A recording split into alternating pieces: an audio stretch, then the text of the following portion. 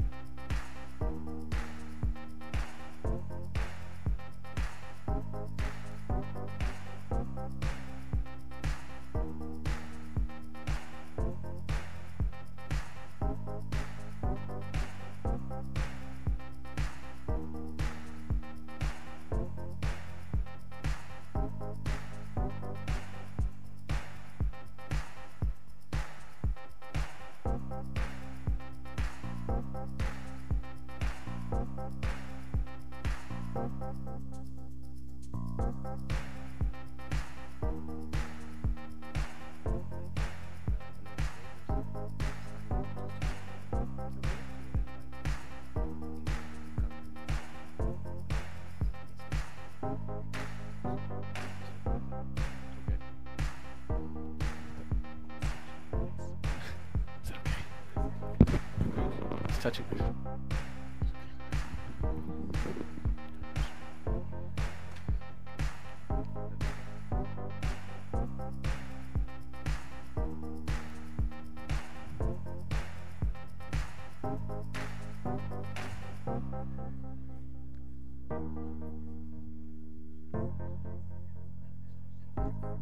Quand tu vas être prête, je vais juste aller saluer mon ami.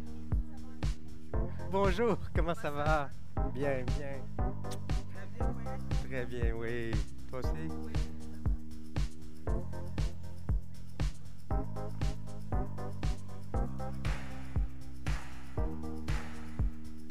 J'aurais aimé ça de prêter le texte avant. C'est correct. J'ai vu que c'est une traduction aussi en trois langues. Je parle pas de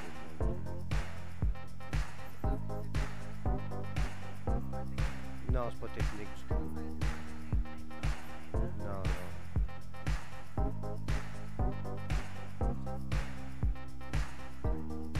Je vais attendre que...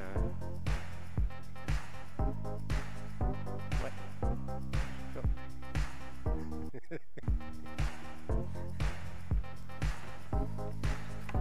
Je peux te placer ici, si tu veux.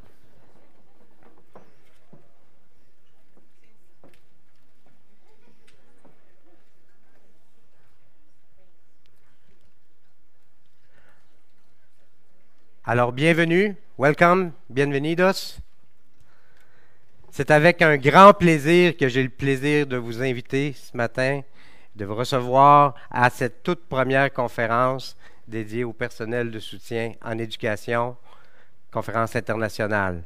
J'ai avec moi, et vous constaterez que ma collègue qui m'accompagne, Mme Valérie Fontaine, qui vient du Québec, effectuera une forme de l'interprétariat gestuel pour illustrer concrètement ce que font, entre autres, dans certains établissements, le personnel de soutien en éducation.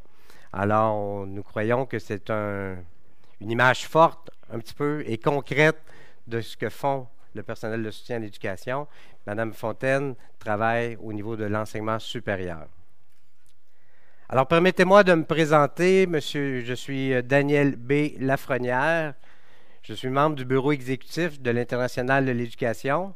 Je suis en fait le premier membre du bureau exécutif de l'éducation qui est issu du personnel de soutien en éducation. Dans mon milieu, à la centrale des syndicats du Québec, au Canada, je suis également le premier membre du personnel de soutien qui a été élu au conseil exécutif de mon organisation comme secrétaire trésorier. Nous sommes la plus grande organisation représentant tous les personnels de l'éducation au Québec. Je veux vous mentionner également que ce matin, nous serons en direct, diffusés en direct sur YouTube et que cet après-midi, la conférence sera diffusée en direct aussi sur Facebook Live.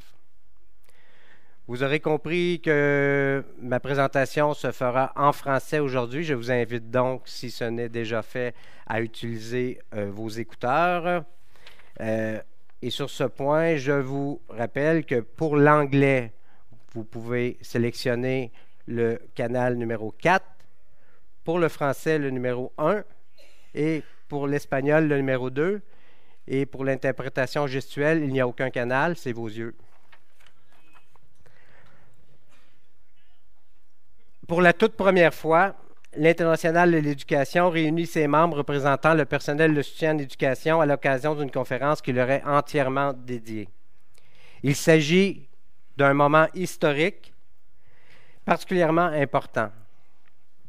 Avant d'inviter le secrétaire général de l'International de l'éducation à prendre la parole pour inaugurer cette conférence, permettez-moi d'abord de vous communiquer quelques informations pratiques.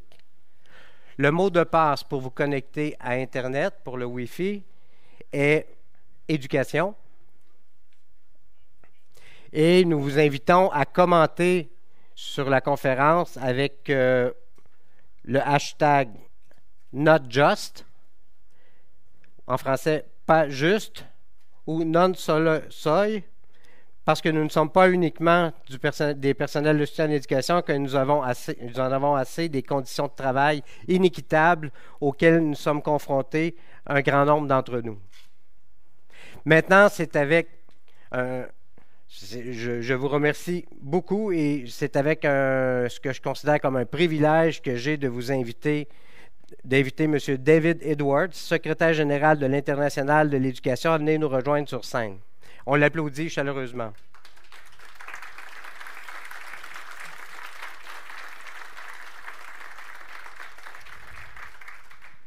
Hi, everybody. Good morning. Buenos dias. Bonjour. Good morning. It is a real pleasure for me to be able to welcome you all to EI's first Education Support Personnel Conference. You've come from around the world and across diverse sectors to make this possible. And there is equally huge diversity and a wide scope across ESP roles. You and your members work at various levels of education, from early childhood through higher education, and have very different conditions. And you've had different experiences in different countries. But you also have some pretty important shared challenges. And I want to say, quite frankly, ESP is a priority both for Education International and for me. This conference comes as a result of both a 2015 Congress resolution and the tireless work of Education International's ESP task force, who are with you right here, and I want to thank them very much for their leadership. With dedicated and continued funding for our ESP work at EI, we've been able to amp up our staffing, and we've worked to be able to embed a deeper consciousness of ESP identity issues right across the organization, right across the sectors, right across the regions. Ongoing comparative ESP research, which I'm sure you'll be hearing about, is beginning to further illuminate key issues and winning approaches. With EI member organizations and UN agencies, some of which are with us here today, UNESCO and ILO, we're working globally to underscore the importance of ESP to achieving the Sustainable Development Goals. With EI member organizations and partners, we are fighting back against unfair trade deals that commoditize your contribution to the whole student, the whole school, university, society. ESP members understand the importance of a strong and organized ESP voice in safety issues and plans, student well-being, health and nutrition, free access to information, and many of the community engagement issues that education institutions are striving to develop and maintain. It's because ESP largely come from the communities that they serve. And ESP's contribution is very significant. ESPs in my own country, I'm from the United States, in a time of exploding gun violence, we have seen a heroic level of ESP engagement in protecting students. Just a month ago, an ESP football coach and security guard, Aaron Feis, lost his life while shielding students during the mass shooting at Parkland Elementary School that many of you have heard about. When I was a young father, much younger than I am today, I grew up, my kids were growing up in a part of Washington, D.C., where there was a sniper who was going around randomly shooting people. And as I was driving and thinking about my young daughter at the time and taking her to her school, I noticed something that has always stayed with me, and I think represents the dedication, the commitment of education support personnel to the well-being of their students. When I approached my daughter's school, the buses were coming in. This was the peak of the sniper. The sniper had just shot and killed a number of people randomly across the city. And what I saw was the school bus driver run off the bus, flag the sanitation worker, the janitor, the ladies who were working in the cafeteria, the guidance counselors, a couple teachers, and they made a human shield, a tunnel, so that the kids could get off the bus and get into their school. This isn't just service delivery. This is deep commitment to communities and students. This is who we are. This is who you are. And this is why it's so important that we get this right. Yeah? ESP are important for inclusive education and equitable education success. Education support personnel many times know students on a first-name basis better than some teachers. They know their backgrounds. They know their parents. They know the communities that they come from. They are an active participant in the lives and well-being and the development of students from early childhood right up to higher education. And ESPs are important to ensure that the whole student is developed. And as I said, that kids can learn in safe and appropriate educational environments, catering to their students' emotional health, their learning, their social and practical needs.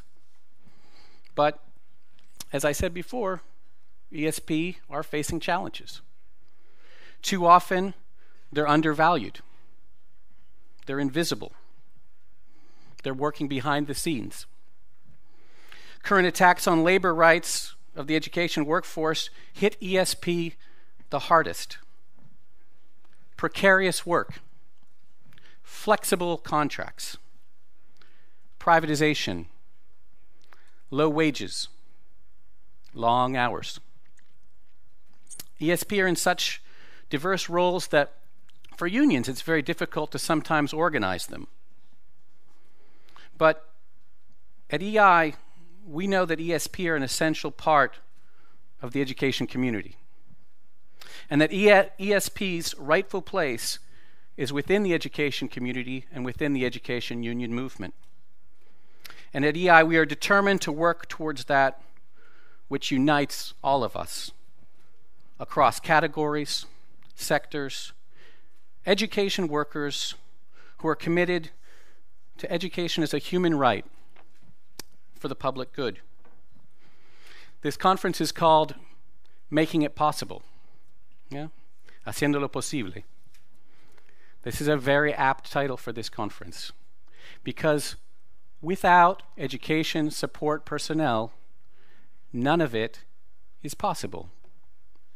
Without a school librarian at the university who asks fundamental questions like, why is this publishing company selling us, making us buy journals that we don't want to buy when they're available open access? And they question students' right to information, and they mobilize around issues like that. They make it possible for students to have access to information. When nutrition workers think about, wait a second, why are we bringing in all these cans of food from outside and from these corporations when we could be preparing healthier, better food with less waste inside? And they organize, and that voice comes through, they make it possible. And when student security, student health, well-being is understood as part and parcel of education workers' health and well-being, we can make it possible.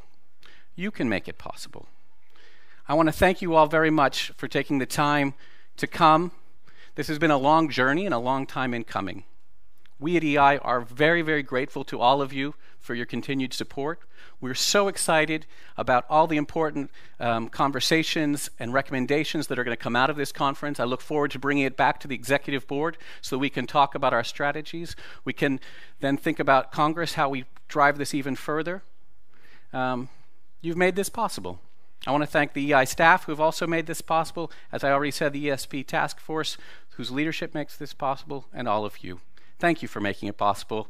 Best wishes to a great conference, and I will see you all very soon. Thank you.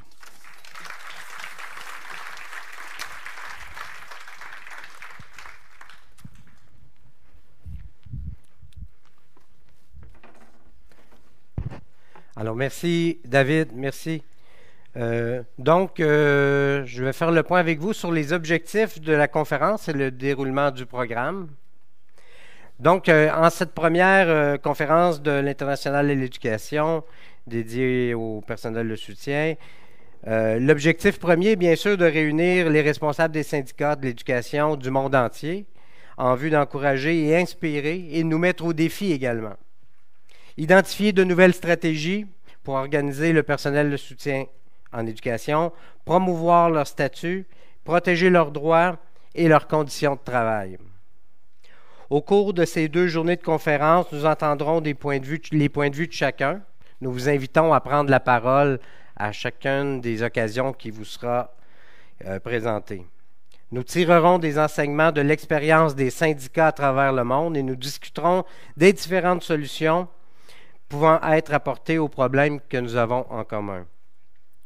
Pour ce faire, nous nous répartirons en petits groupes afin de travailler sur les domaines représentant une priorité pour le personnel de soutien en éducation.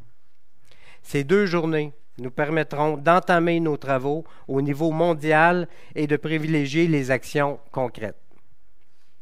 Les principaux thèmes à l'ordre du jour sont les droits syndicaux et les rémunérations équitables, le financement et la privatisation de l'éducation, les conditions de travail, le développement professionnel et les perspectives de carrière, ainsi que notre droit de participer et de nous faire entendre. La conférence se donne également pour mission de préparer une déclaration relative aux droits et au statut du personnel de soutien en éducation dont vous devriez toutes et tous avoir reçu le projet.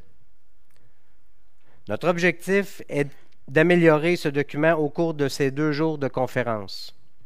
Les membres du groupe de travail du personnel de soutien en éducation de l'International de l'éducation sont chargés de préparer la déclaration. Nous vous invitons par conséquent à leur faire part de vos commentaires et suggestions en vous adressant directement à Matt d'ici demain à 14 h. Notre allocution thématique portera sur le rôle important que jouent les personnels de soutien en éducation lorsqu'il s'agit de comprendre et apprécier la multiplicité des rôles que joue chaque adulte au sein de l'école et de sa communauté. Il nous faut les soutenir et nous montrer reconnaissants. Cette allocution permettra de présenter une nouvelle fois aux participants le rôle et sa portée générale que jouent les personnels de soutien, en particulier dans la création d'environnements scolaires positifs. Chaque enfant a besoin d'entretenir dans sa vie une relation cohérente avec au moins un adulte et cette mission est souvent confiée au personnel de soutien en éducation. Je souhaite maintenant inviter Sean, notre présentateur principal, qui viendra nous parler de ce sujet et nous aurons l'occasion par la suite d'échanger avec lui par le biais de questions. Sean, s'il vous plaît. Où est Sean? Ici. Ah, voilà. Alors, je vous demanderai de l'accueillir chaleureusement. Est-ce que c'est maintenant? Ou j'ai une erreur sur mon script? Okay. Ou une erreur de... Je suis désolé, je parle un petit peu de français. Ah! So, have a big round of applause for our friend Chow. Sorry, I wasn't French. Thank you. Merci. Thank you. So my apologies because my French has not improved very much since I was 15 years old in high school. So I'm still learning, improving my French. But good morning, everybody. And if we can start the slide. So I wanted to echo what David was saying in his introduction, because my role here today is really to hopefully motivate you to showcase that we are in the same process and the same movement together.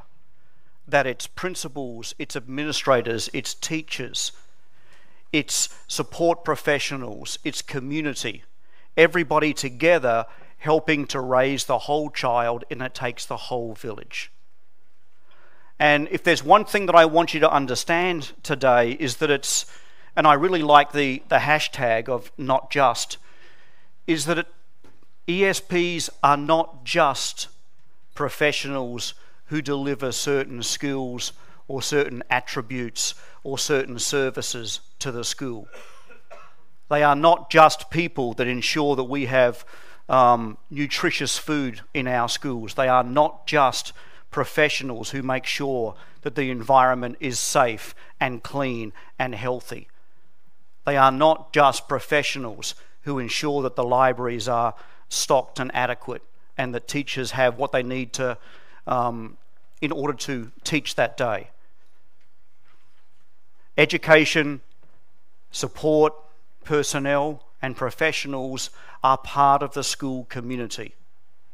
They are part of the fabric of what makes that school and what makes that location what it is.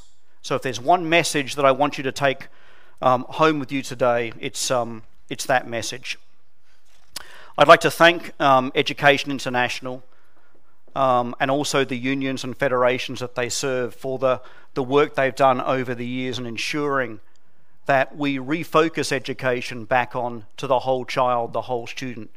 Re-understand that education is not a content delivery system where you're pouring information or facts and figures into the heads of students, but schools are locations where we help nurture each individual and ready them for society.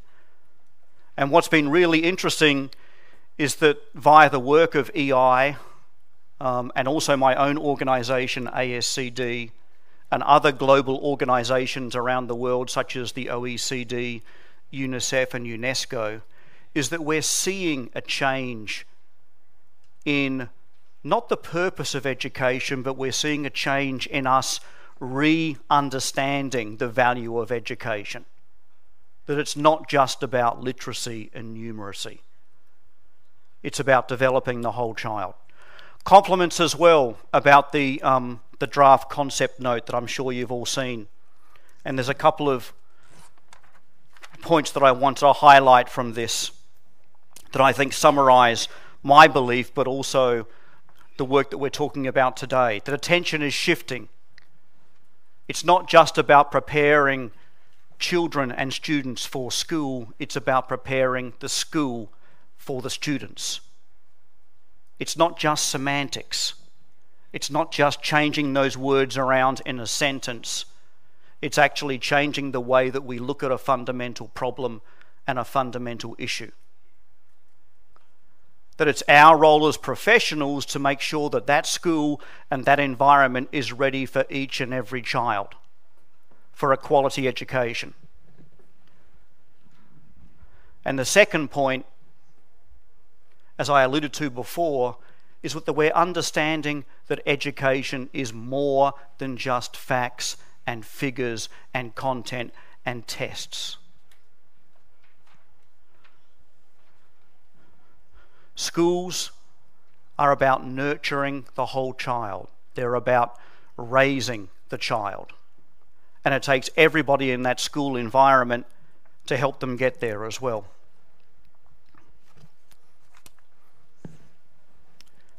Recognising that it takes a whole workforce to educate the whole student. This is both a shift in culture and in mindset. Much of my work surrounds school climate and culture in the school. And one thing that I know about school climate and culture is that every school has a climate. Every school has a culture. You can walk into a school, you can walk into an environment, and you know within 60 seconds, do I want my child to be in this school? You know by looking at the surroundings, by smelling the smells, hearing the sounds, whether this is an inviting, collaborative, supportive environment, or this is one which you are trying to get out of as quickly as possible. And that climate and that culture is created by everybody in the school, and especially every adult in that school.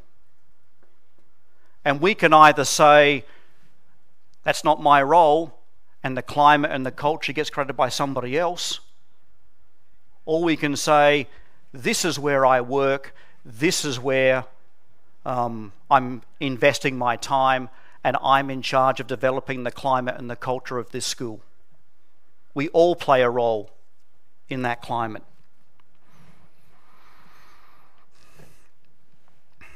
So as I was mentioning before, this talk is not going to be about raising the skills and abilities of each of the different education support personnel.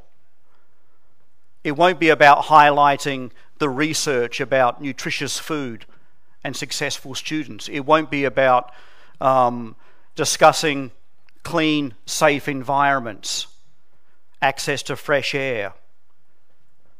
What it will be talking about is why you work in the school and what you are trying to achieve when you work in that school.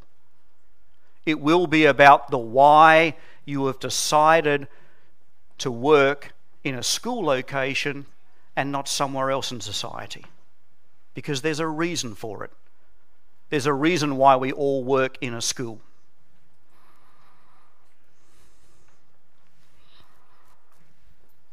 We began asking this question at least 10 years ago. For those who don't know, my organisation is ASCD. It's a short acronym for a long title. The title actually stands for the Association for Supervision and Curriculum Development, but most people know it as ASCD. We asked this question about 10 years ago. If we put the child back in the centre of the equation, and we said, what's the role of schools? What's the purpose of schools? Why are we here? What would it look like? Why are we investing 12 years of students' lives to the education process? What's the purpose? And this is a fundamental question, but too often we skip over this question and we think, oh, we know the answer.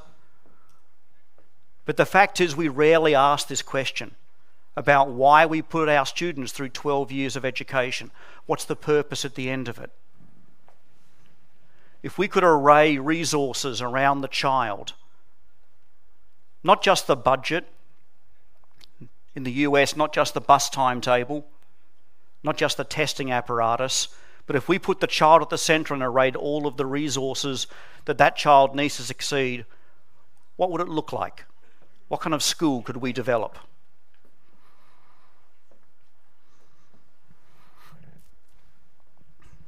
So I'm going to ask you in a minute to have a discussion with your partner about why you work in schools. And then a second question about what are you preparing young people for? It's a fundamental question to understand why you're here, why you're in this profession, why you work with students and young people every day. But before I get you to have a quick discussion, there are two quotes that I hopefully will spark your thinking a little bit.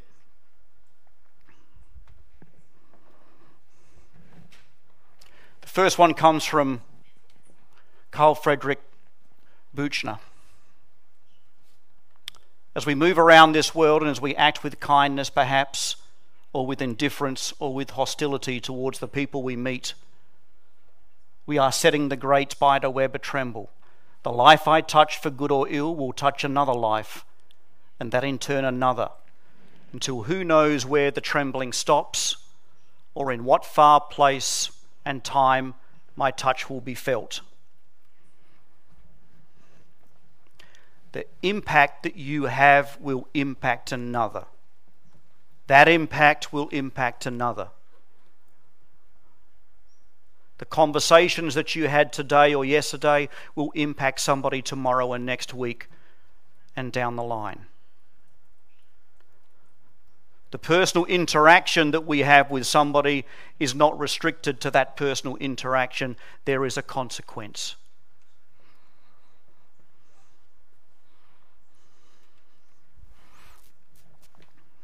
And a second quote to get you thinking from Pablo Casals. Each moment we live never was before and never will be again, and yet what we teach children is in school is 2 + 2 = 4. And Paris is the capital of France.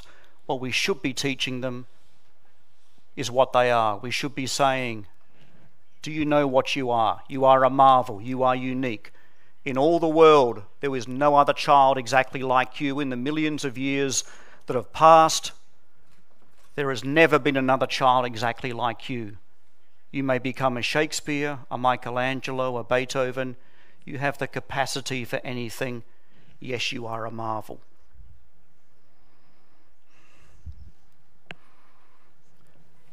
It takes a village to raise a child, and the child that we are trying to raise is one who is unique, one who is whole, one who is a citizen, one who is an active member of society.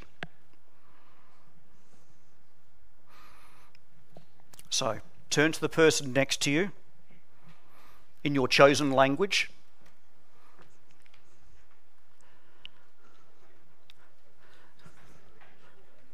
And 2 minutes to answer those questions. I want you to center this conversation back to yourself. Why do you work in schools and what are you preparing young people for? Off you go. 2 minutes.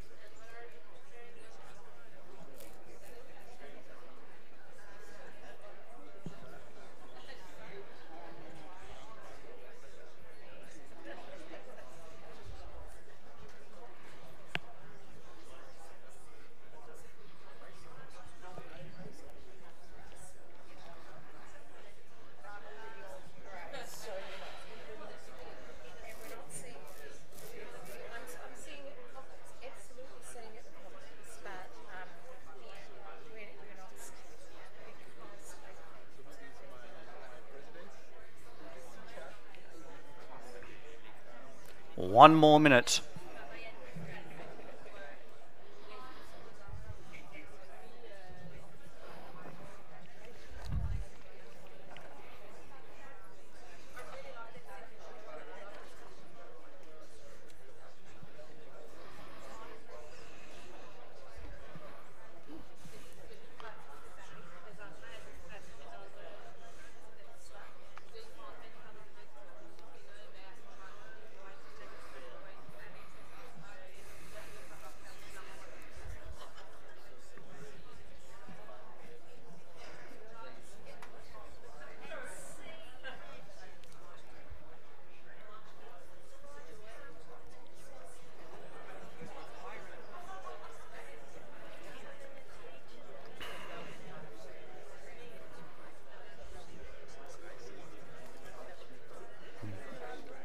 Ten, 9, 8, 7, 6, 5, 4, 3, 2, and 1.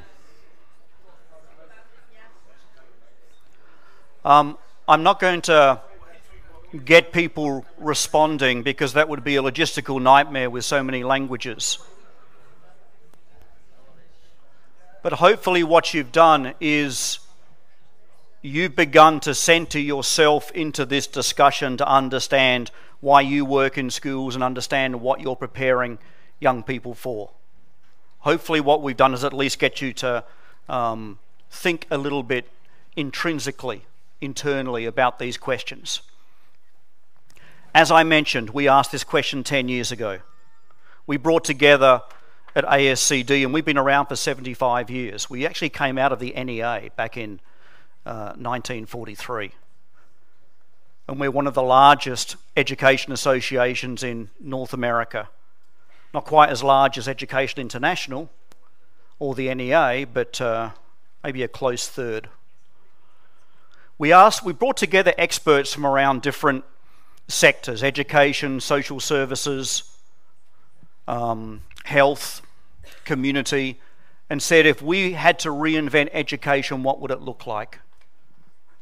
And what I'm proud about in this conversation was, for those who are familiar with education policy in the US, 2007 was in the middle of the George W. Bush years, the No Child Left Behind years, where testing was everything. It was all about annual, yearly progress in literacy and numeracy.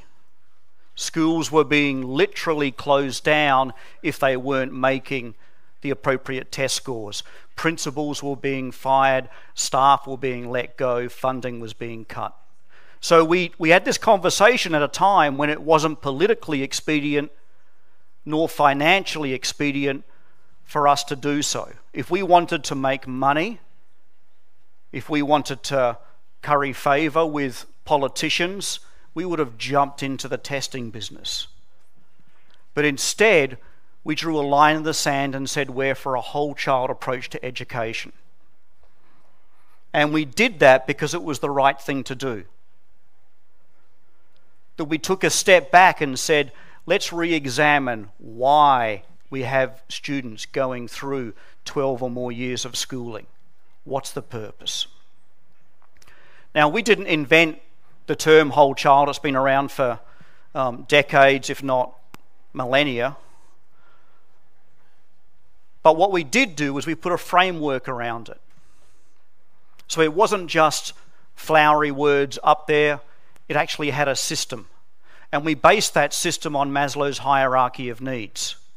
Things that each of us need to make sure that we not only survive, but we actually thrive. That we flourish. And what we did, and there's a reason why we chose Abraham Maslow's hierarchy of needs, and there's a reason why it's in a hierarchy, is that we understood that if the child is not healthy and the school is not healthy, then many of them won't even be at school. And if they are at school, they won't be able to pay attention. They'll be in pain. They'll be in difficulty. That if the child does not feel safe, both going to and from school or in school, physically safe but also socially, emotionally safe, it'll be very difficult for them to learn, to collaborate, to cooperate, to problem solve. So we developed these tenets of a whole child approach that we believe that each child in each school deserves to be healthy, safe, engaged, supported, and challenged. And they're in a hierarchy because there are certain things which are fundamental. If the school or the child is not healthy and safe, then you are throwing money at bad ideas by trying to challenge them academically. There was a report that came out probably about 5 years ago by a researcher in the US called Charles Bash. And he took all of the data around health and student success, not just academics, but also graduation and also lifelong success. And he came up with 7 health disparities. That if we focus just on those 7 health disparities and did nothing different in our education process, we would see increase in student success. These things are linked. These things are aligned.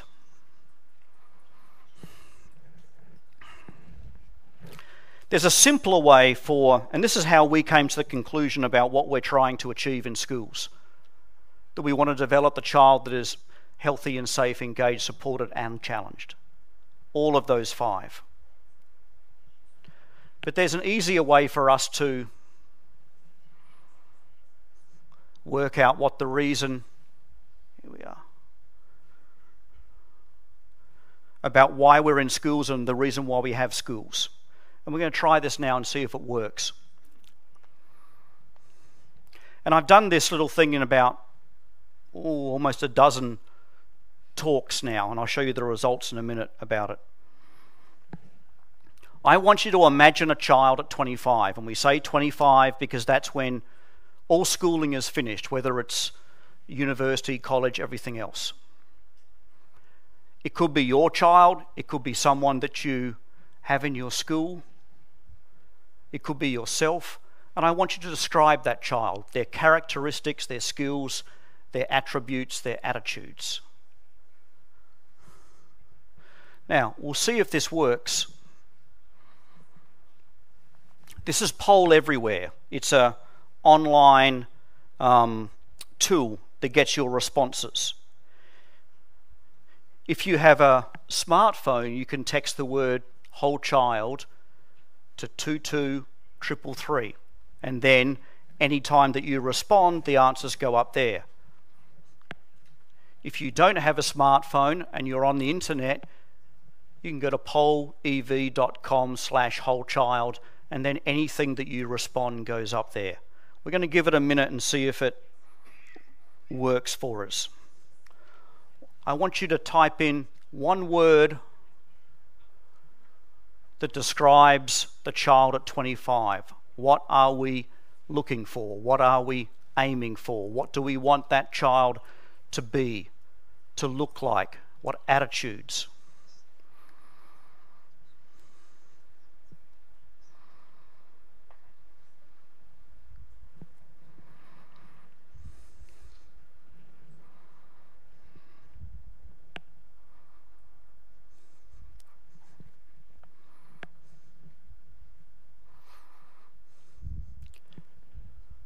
Let me see if I can reload this.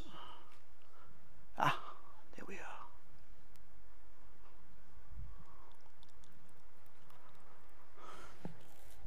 I should say as well that this is meant to be strength-based. So look for the positives. I do ask this question occasionally, and people will say, my child at 25 will be broke and living in my basement. So unless that's what you want,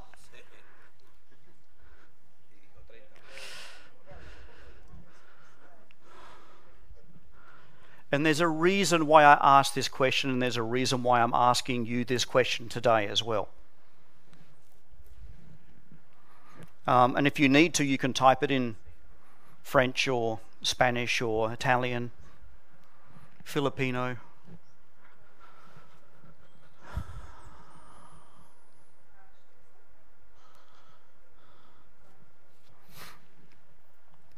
What I like about this tool, as you're typing that, is I actually get to keep the results.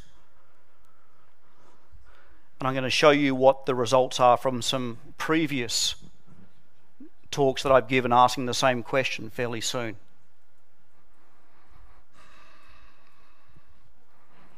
It's a word cloud, and the more the same word is repeated, the larger it gets.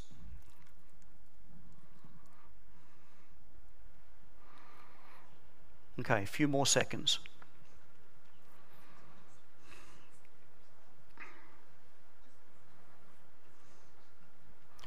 Empathetic, creative, flourishing, thinking, responsible, resilient, optimistic, curious, citizen, wise, purposeful.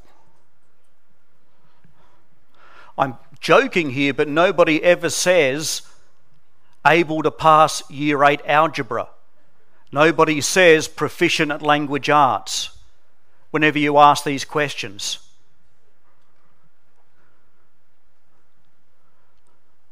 We'll come back to this slide in a couple of minutes. Let me show you. All right, take a little mental map of what those answers are. Empathetic, happy, open, curious, family, person, independent.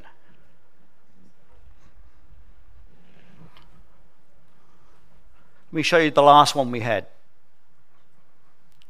That's not yours. That's the last time we asked this.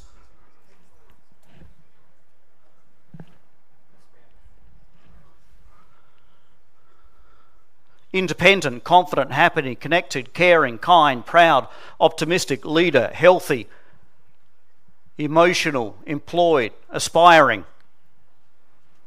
Almost identical to what you just wrote down. This was a group of school leaders in Boston. Time before that, in Wisconsin. This was a group of school health professionals working in the school. Happy, independent, kind, compassionate, passionate, positive, empathetic, curious, courageous. Time before that, curious, creative, articulate, loving, compassionate, driven, critical, optimistic.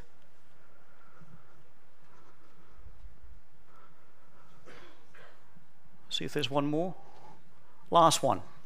Independent, self-confident, knowledgeable, spiritual, compassionate, caring, empathetic, open. What's the reason why I show you these things? And what's the reason why I have you answer that question? Is that 99% of the answers that I'm given to this question, no matter who I'm asking, are the same responses. Whether it's parents, whether it's principals, whether it's school health personnel, whether it's ESPs, whether it's community members. This is what we want for our kids. So then the question is, what the hell are we doing in our schools to help them get there? No, but nowhere up there does it say algebra, language arts, testing. Nowhere up there does it say Scantron sheets. Nowhere up there does it say sitting quietly in desks and listening. What it does say is independent, resourceful, empathetic. How are we making them empathetic? How are we making them citizens? Someone jokingly said in an article I read a few months ago that if we teach math well or teach English or literature well, we'll have the students do it. But when we teach democracy, we lecture them. Why can't they do democracy? Isn't that a better way of doing it, of learning it? So the question is, what are we doing in our schools to help them get there?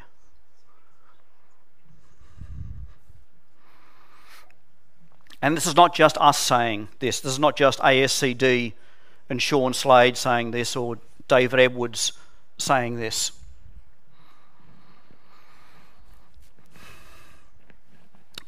This first report is from the Economic Policy Institute in the US.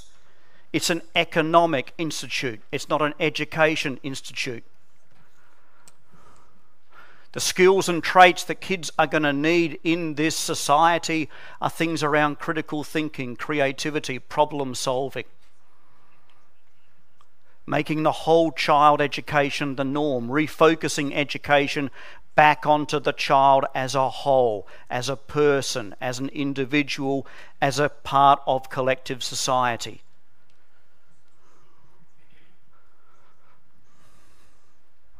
The OECD Skills for Social Progress talks about a balanced set of cognitive skills, social, emotional skills, being the drivers of what students need, youth need.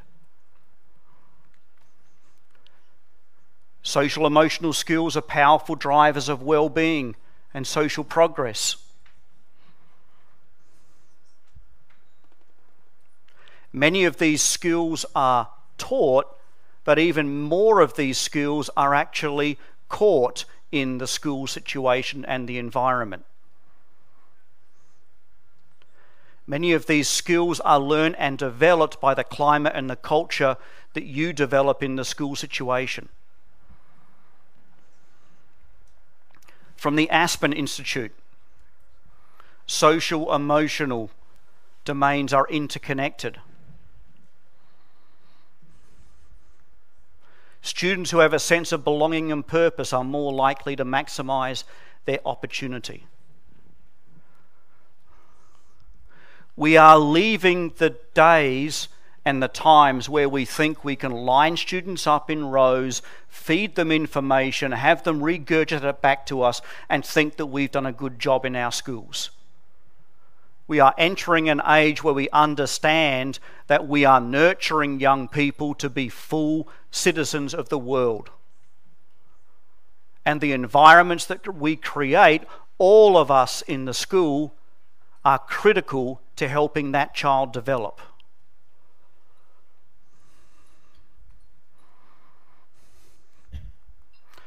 And lastly, and I just was I was at the OECD in Paris yesterday as part of this working group. Future of Education 2030. Planning policy recommendations for OECD countries for the year 2030. Committed to helping every learner develop as a whole person. Children entering school in 2018 will need to abandon the notion that resources are limitless and they're to be exploited. They will need to value common prosperity, sustainability, and well-being. You will see these words coming up time and time and time again, whether it's from an education organisation or an economic organisation or a futuring organisation. They need to develop curiosity, imagination, resilience, values of others, perspective. They will need to care about the well-being of their friends, their families, their communities, and their planet. These are the school situations that we are in charge of developing. You cannot develop an individual sense of well-being, connectedness, and belonging if you don't establish school climates which exude belonging and caring and well-being.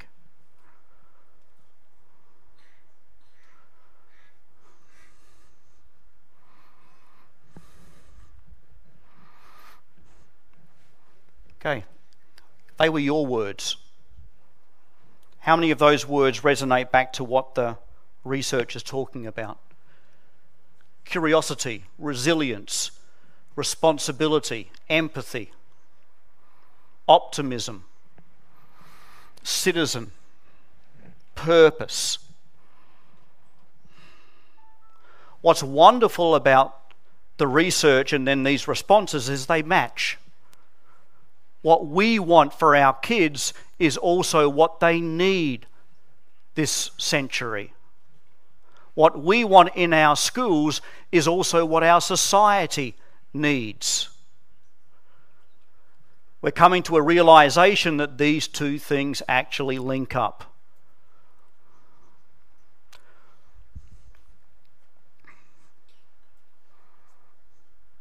So the question again is, if this is where we want to get to, if that's what our goal is for our children and our youth at 25, then what are we doing to make it happen?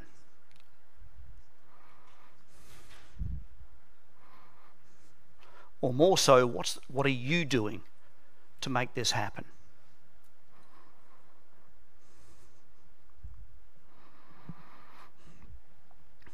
So we'll see if this one works. What are you doing to make sure that that child at 25 is curious, empathetic, well-rounded, holistic, feels a sense of belonging, has a connection, is safe, is healthy? What are you doing? Type any of your answers in and we'll see what turns up.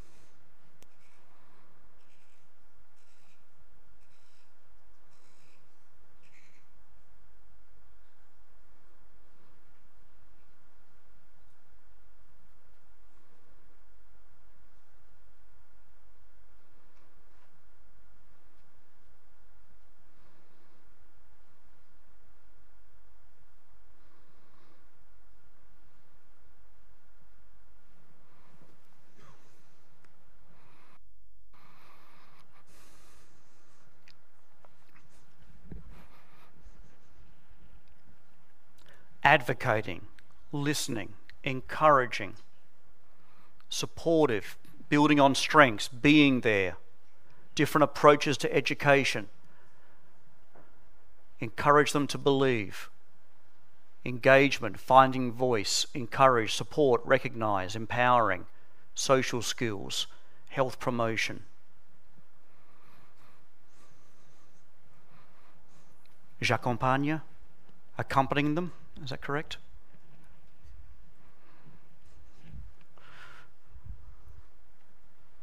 You know what's really interesting about, I've also asked this, and I don't think I have any other slides to show, but what's also interesting about this is when I ask this question, and not to say that this is a wrong answer, because there's no wrong answers. When I ask this question, people typically do not talk about their professional title.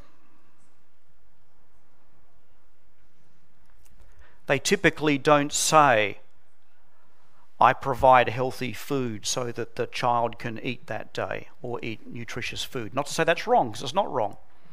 It's correct. People typically don't say, I make sure that the building is clean and safe so that everyone can come in and come out of it. What people typically do say are the personal interactions and connections that you have been mentioning currently. Supporting the students, knowing the students, developing relationships, advocating for them, being their voice, being their support network. I think this is why most of you work in schools. I think this is why you have chosen a career that works with children and young people. You want to support them. You want to advocate for them. You want to help them grow and nurture. This is what I want you to remember from today's talk in terms of what you bring to the table. Yes, you bring your specific skills. Yes, you bring your specific expertise. But just as I will say, if I talk to classroom teachers or if I talk to principals, the skills and the knowledge and the specific capabilities that you bring are fantastic. But if you don't bring it and understand that you're also bringing relationship and connection and that spider web, then you've lost the point. At least half of what you're doing is focused around making connections with the kids, connections with the community, connections with the school environment.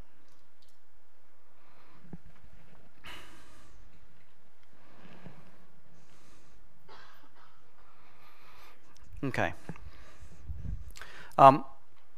This is what some other education support personnel are doing to make this happen. And this comes out of a digibook that we helped produce with the NEA a couple of years ago. And the URL is there. You can download it, you can view it. There's more information in there than what I'm going to show you today. I'm going to show you a couple of videos of some ESPs and the connections that they make with their students. You also have a handout that was at the front that outlines some of the actions of education support professionals. And as David was mentioning as well before, education support professionals have a unique position because the majority of them come from the local community where the schools are based. The majority of ESPs work not only in one school but across schools, forming a wider community. ESPs also allow students who may not have a connection with their classroom or subject teacher because of academic fear to form a close relationship with another responsible adult in the school.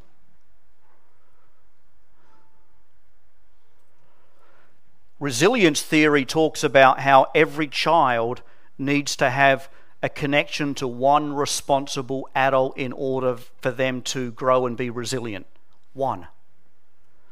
For most students, it'll be their parents or somebody from their family.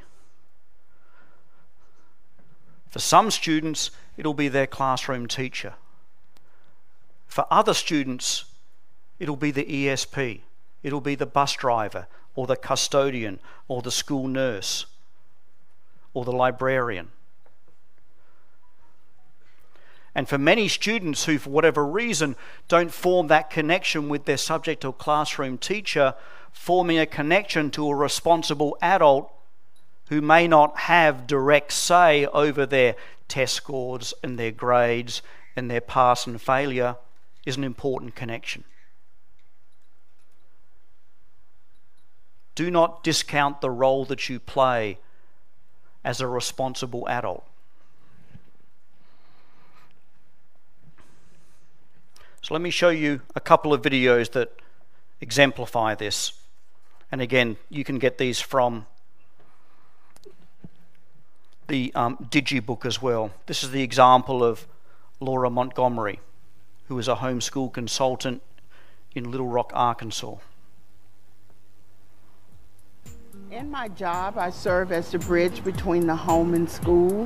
When I go into the homes and I find all these different things going on, I roll up my sleeve and I join with them in completing the task that's before them. It's unique to do my job because of the hats that I wear.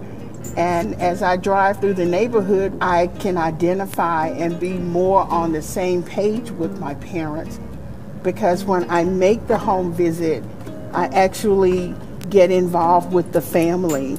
I'm invited in, and we have an opportunity to talk and build that relationship. When I first came to this school and when I met her, even before I asked, she asked, tried to help me with my kids as far as uniforms. We were just starting uniforms at that time, and she helped me out with that. When my wife was sick, my son was in a preschool program that had to be attended every day.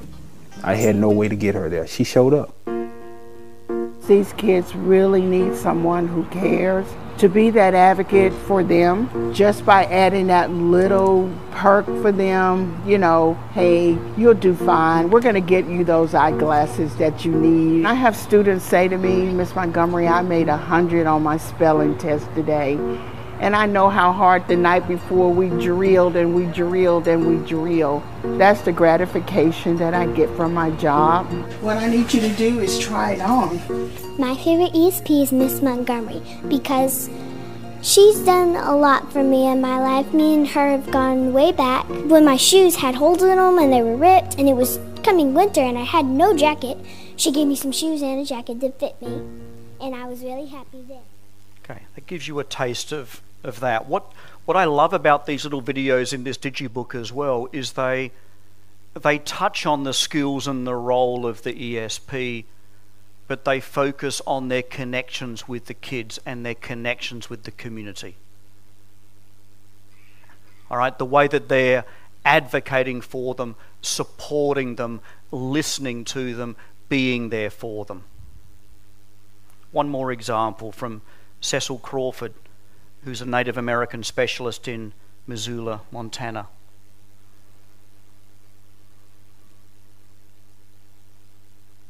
It makes me feel good. It makes them feel good. Develops their social skills. You heard them tell me, good morning, how are you? Have a good day. A lot of them don't get told that, so it's good. I see he made contact with every student that walked through that door. Yeah, every person that walked through that door. So I think every day they don't want to let him down by not showing up and shaking his hand. Cecil does an amazing job challenging students. We had a really low number of students who actually graduated from high school. And what I noticed immediately was that when Cecil would go and talk with them, he wasn't lecturing them. He wasn't telling them, you have to do this. What he was doing instead was sharing stories with them. He said, then you come out into this world. He said, as good as you had it in your mama's belly, you wouldn't want to go back. The kids warm up to him. He's got that personality, you know, he's just got that welcoming personality that engages the kids. All the teachers, the counselors, everybody helps me out. It's not just our department, it's everybody. The cooks, bus drivers, everybody participates. Principals, the superintendent. He has a big heart, and the kids know it, the parents know it, and he does everything he can to keep kids in school. He visits them at home, he visits them at school, of course. He sits down with them, he talks to them about their issues, he tries to find solutions to their problems and challenges. Our Native American graduation rate is the best in the state of Montana, and it wasn't always that way, but Cecil and the team have made that happen. You know, we've had times when students have kind of just fallen off the map. Cecil will find them, and he will get them back into school.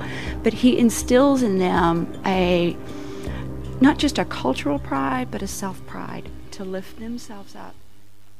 All right, just one more example about how the connections and how the support of ESPs and responsible adults in the school is vital. This is just an FYI, this little diagram. A couple of years ago, the US Centers for Disease Control came to us and asked us to redevelop a model that showed the supports that schools need around health, well-being, services, but put it into an education context. What I like about this model is you'll find the majority of ESPs fitting into that model somewhere or being called out. We call this model the whole school, whole community, whole child model. I'm not going to spend too long on this. I just want to introduce it because if you do download that digibook, it is in there. This is also the model that the US CDC use from now on moving forward around school health and well-being.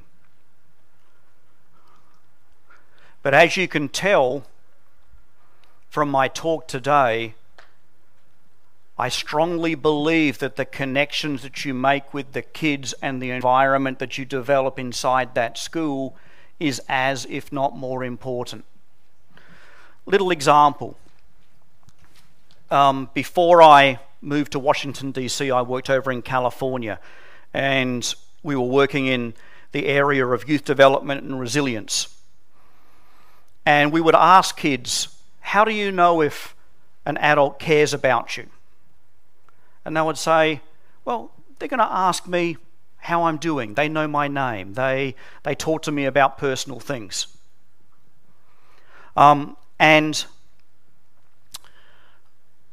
one thing that was really interesting was that we asked those kids, if you had a conversation inside the classroom, that's meaningful.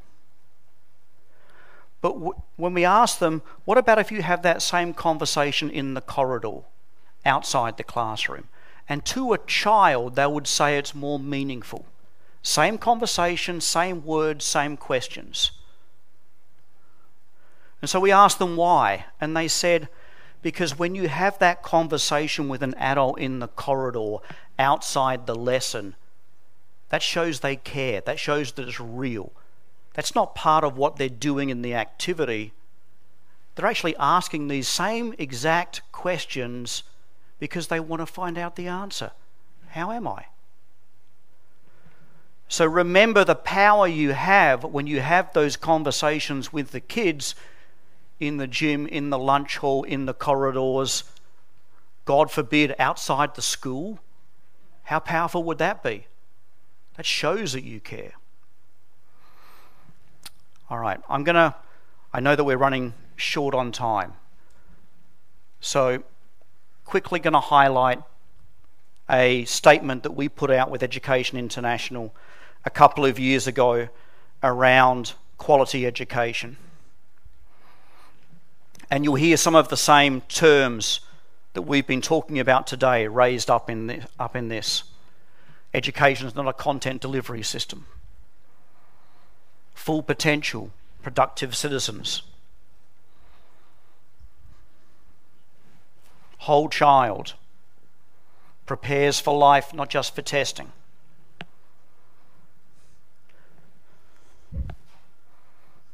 And supported by the 3 pillars, which I'm sure you're familiar. And for this group, the establishment of a safe and supportive quality learning environment.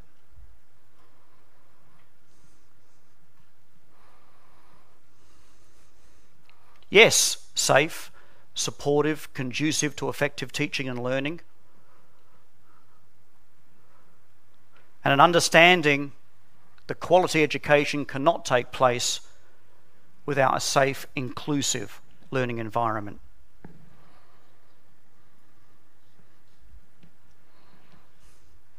Doing the practical things you do every day are important.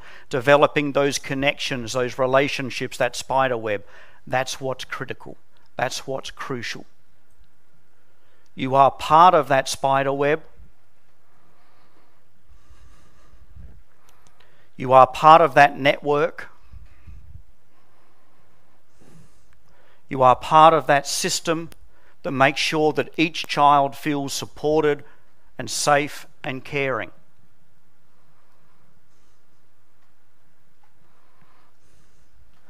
So what I want you to leave today with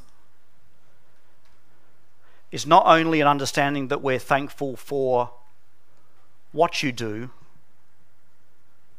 and that you'll keep on trying to perfect how you do it, but go back to those original questions and keep reminding yourself and reminding the people in your schools about why you do it.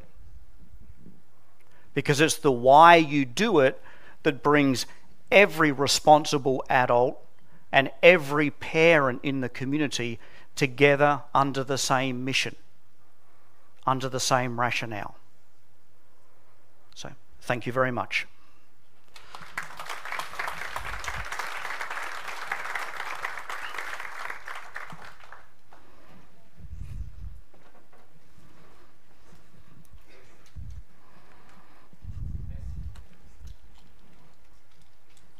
You want that?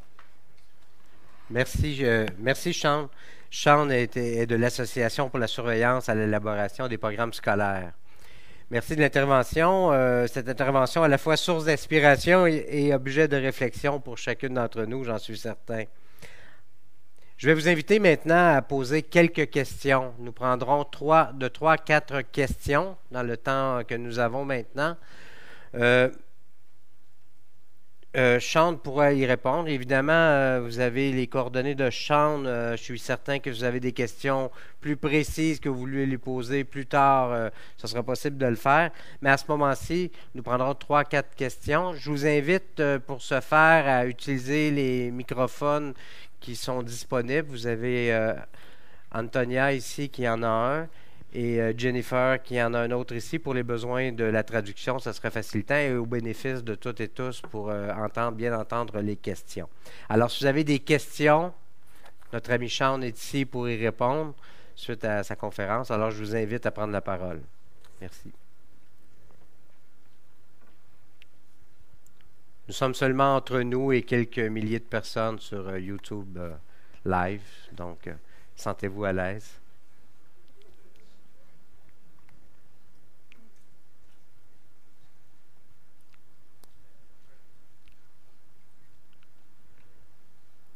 Qui se lance ici?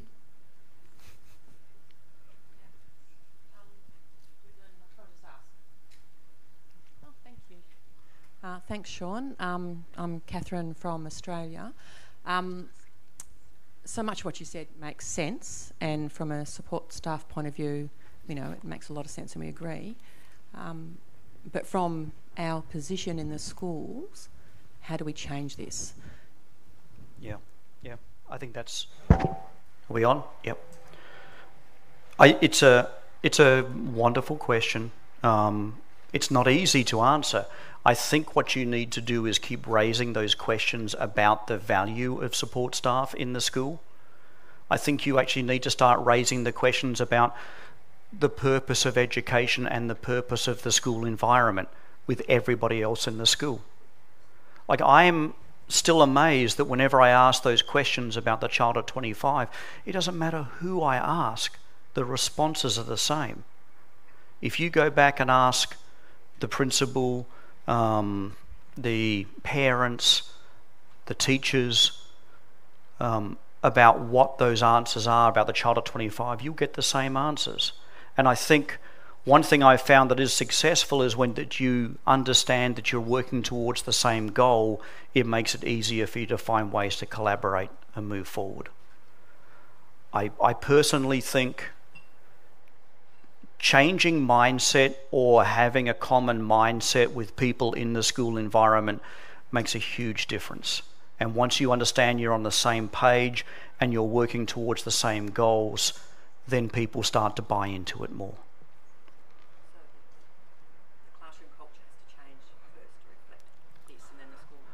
I think the school culture and the school climate needs to change, or at least to re-understand, recenter themselves about why they're in this school and why they're in this position. I'm an educator, so I can be slightly critical of educators occasionally. What we do spend our time in education doing is we spend our time having non-stop conversations on what I call the mechanics of education. The curriculum, the seat time, the timetable, this curriculum versus that curriculum, all of which are important, but they're irrelevant if we don't have a broader question, which is what are we trying to get to? And I think we need to take a step back and say, what are we trying to get to? Because some of the activities and functions of the current school environment, at least in many schools in the US, is actually doing the opposite of what those words were that we put up on that poll everywhere. What we're seeing is policies and education that is not making kids feel empathetic, but making them feel anxious, depressed, unsupported, unheard. So I think I would suggest take a step back, raise the same question in your schools about what do we want kids to achieve at the end of this, and then what are we doing in our schools to help them get there. That would be my advice. Thank you, Sean. Any questions? Here, just in front. Bonjour, donc Bonjour. Odile Verbruge, secrétaire standardiste. Seulement qu'un instant, nous allons...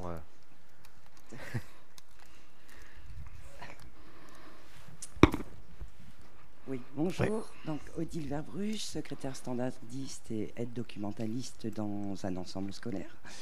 Donc je crois qu'ici, on est tous conscients de l'importance des personnels de soutien à l'éducation. Le problème, c'est qu'en établissement, je ne sais pas si les responsabilités hiérarchiques ont bien cette conscience de notre importance. Que sans nous, l'établissement ne tournerait pas. Enfin, je veux dire, il n'y aurait personne pour ouvrir les portes, il n'y aurait personne pour accueillir les enfants, pour faire la garderie le matin en école maternelle ou primaire. Et je crois que le problème, c'est que effectivement, ces personnels, on a des compétences qui ne sont pas valorisées, qui sont souvent pas reconnues, même une reconnaissance verbale. Hein. Je ne parle pas que salariale, c'est de savoir dire merci aux gens pour leur disponibilité, pour leur écoute, pour leur accueil. Et je crois que c'est là, c'est dans la mentalité générale, y compris hiérarchique, qu'il faut faire évoluer les choses, parce que le contact avec les enfants, avec les élèves, avec les étudiants, il est pratiquement naturel, puisqu'en général, on a choisi de travailler dans cet environnement et on aime ce contact. Donc, je ne sais pas. Ici, on est tous conscients de l'importance de tout le monde. Mais comment faire prendre conscience à l'ensemble de la communauté que chacun, on est important à notre place. Voilà. And I understood half of that. The translation wasn't working. But from what I heard, it's an important conversation to have across the whole community and the whole of the school, and also including not only the parents but also local community. If there was a question that I need to answer more directly, if someone could translate, because my headphone wasn't working properly. She was asking, all of us here really understand what the meaning of our work in our school every day. What can we do to make the population and everybody else understand the meaning of our work? Yeah, and it's a similar question that we had to start with. How do we? And again, I come from a perspective that if we keep on talking about the small aspects of what we do, if we keep on talking about what our job title dictates and means, I think we're actually doing ourselves a little bit of harm. For example, I used to be a physical education teacher. All right, I did not believe that I was successful if I could get my students only to run the mile in less than 8 minutes or whatever, or bounce a ball. That was part of it. I believed that I was successful as a teacher if I could develop my students' self-esteem, have them feel like they belong, and form a connection with them. So I think I would recommend that you talk less about your specific title and more about how you are part of this bigger web inside the school and community that creates this positive culture and this positive climate. And I, again, would go back to the first response that I think asking these same questions in your school setting actually then lays the groundwork for other people to understand the intricate roles that you all play in establishing that culture and that climate in the school setting. Thank you, Sean. Oui, nous avons le temps pour encore 2 courtes questions. Merci. Bonjour, Éric Pronovo, CSQ Québec, personnel de soutien. Le premier un commentaire avant ma question. Quand on parle d'importance de parler de ce qu'on fait au quotidien, je pense que c'est l'impact qu'on a sur nos gestes, sur ce qu'on fait. C'est ce qui nous permet de nous valoriser en tant qu'individus, bien entendu. L'autre chose que je voulais dire, tous ensemble, il faut comprendre qu'on fait partie de la grande roue de l'éducation, donc qu'on est du personnel qui fait avancer l'éducation à différents titres, à différents niveaux. Ça, bien entendu, entre nous, on a un premier devoir à faire, c'est de s'assurer qu'on est capable de le faire entre nous et qu'on comprend bien nos rôles entre nous. Ça aussi, c'est une première chose. Tout à l'heure, on faisait les exercices avec vous. Si vous aviez un mot à nous dire comment prendre notre place et surtout garder notre place en éducation comme personnel de soutien, ce serait quel mot? If you had only in one word, which word do you choose to take our place and keep our place as an ESP? Sorry.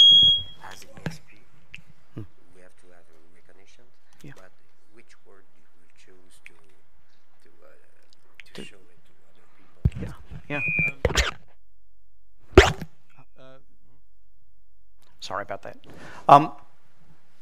I go back to the role of community, or I go back to the role of the word of support, advocate. I think any of those words actually talk about what you're doing. I strongly believe that the role of every adult in the school is to be part of that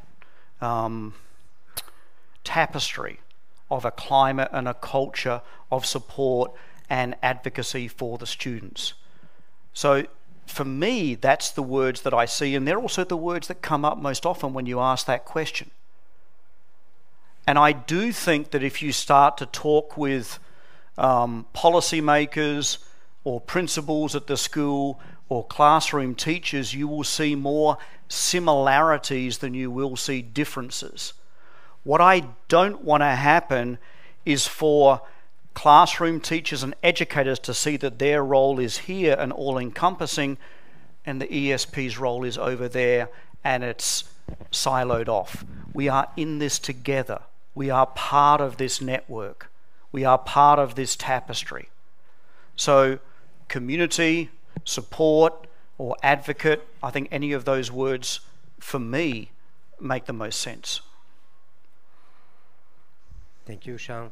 Two last questions. So I have Matt over here and my friend here. The first one is... Hello? Yep. Matt, you want? Just taking that last point you raised, Yeah. because I think if I listen to the questions around the room and I consider the experiences of people in the room, we've got people here from multiple different cultures and experiences. Some of them are in more affluent countries, some of them in less affluent countries. I come from a university, and so we are university workers from Australia. Sorry, Matt McGowan from Australia. The question about how you pose the question about not wanting to see education professionals as separate from the education process, but the lived experience around the room is the opposite. Yeah. And I think the lived experience is that people find themselves alienated and ignored in the workplace. And it's sometimes the colleagues who are the teaching colleagues and the academic colleagues that we interact with. More often than not, it's the management of the organisation that we're working with. So really, if I think about what I'm looking for out of this conference and how we can engage with it effectively, I guess I'm looking for, well, what can we do? How, as unions, because people in this room are both workers in the sector, but they are also unionists. What can we as unions and as unionists do to change that culture? Because we have an interest in the healthy dynamic of the education sectors that we work in. So in general, I agree with the broad themes of the value of our contribution, but I don't hear any specific directions or strategies about how we can achieve that sort of equality in the workplace. Yeah. And I think you've got support as well from around the room about that. And my personal take is that that's what these conferences are for you to organise and understand what are some of the best steps for you as a union in Australia, or as somebody else in the US, or somebody else in Belgium, to organise yourselves in order to take those steps. It wouldn't be for me, since I don't come from a union, to help you instigate how those steps would be. What I will say is I have seen change and I have seen progress when we start to talk about common goals and common visions, when we talk about common purpose of why we're in this, and we don't get people who are sectioned off or siloed off into role-specific areas where all you can talk about necessarily is the nutrition services or the school safety or something else. So I would say from an education perspective, what I'm trying to do and what we are seeing is successful is raising this question about why we're in this school to start with and what we're trying to do. And I would recommend that if ESPs and unions are able to tap into that discussion, there is more chance of you getting some progress in bringing ESPs, support staff, educators together in the same field. Thank you. So, last question over here. My name is Samuel, and from the discussion that I'm hearing, you mentioned that the prospects of a young person at the age of 25 years, the things I would want to see that child becoming. But you would also agree with me that the child's growth or who he becomes is about 25% or 70%, about 25% of what the ESP does. The child goes home, he has a community, so whilst you are developing that child at your school, you go home and the opposite is done. And so at the end of the day, if you're not careful, the balance of the question wouldn't be in the right place. I don't know whether my question is clear. Yeah. So my question is, how then do you engage the parents and the community in the very things that we've discussed, so that whilst we are training them, it's not only from the educational point of view, but from the classroom, from their home, and then from the community that a person comes from. Yep. Thank you. Yep. No, I think that's a good question. So to clarify, the impact of the home and the impact of the local community is as impactful as the school environment on the development and nurturing and growth of that child. Now, we cannot dictate what happens in the school, what happens in the home or the community, although we can engage with them in the same conversations. And some of those responses were from parents up there. If you ask the parents the same questions, you will get the same answers. I've found strong value in getting people on the same page. All right, understanding that you're working towards the same vision. So I would encourage you to have those same conversations that we just had here with your parents, with your local community, to understand what you're trying to do. The second point is, while we at school cannot solve every problem out there, on one of my other talks I give a range of issues, things like homelessness, vision, asthma, hunger, anxiety, below grade reading, math level, so forth and so forth. And I ask teachers which of these impacts the child's ability to learn. And the truth is they all do. And then what I say to the teachers as well, or the people in the school, is that we're not asking you to solve homelessness or solve hunger or solve anxiety, but we are asking you, if you understand that this is going to make a difference in how the child grows, learns, and succeeds, I'm asking you to make a concerted effort to try and ameliorate those things in the environment that you control. So it's a two-part response. One is have those same conversations with your community, and two, understand that the school environment is the area that you control, so you can try and reduce any harm that's coming into the school from the local community. Does that make sense? Okay. Thanks a lot, Sean. Thanks a lot for the presentation. It's very inspiring. Thank you. Thank you. Thank you again.